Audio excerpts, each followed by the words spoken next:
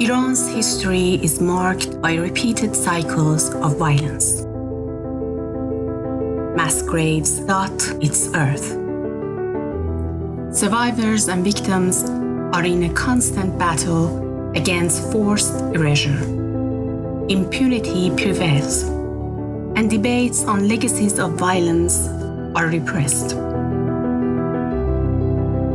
We believe education is vital for reckoning with this violent past and present, and transitioning towards a future where the dignity of victims is restored.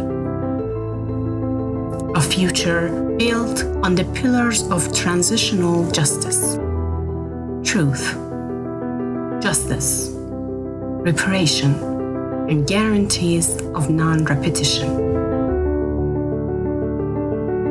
Help us build this future.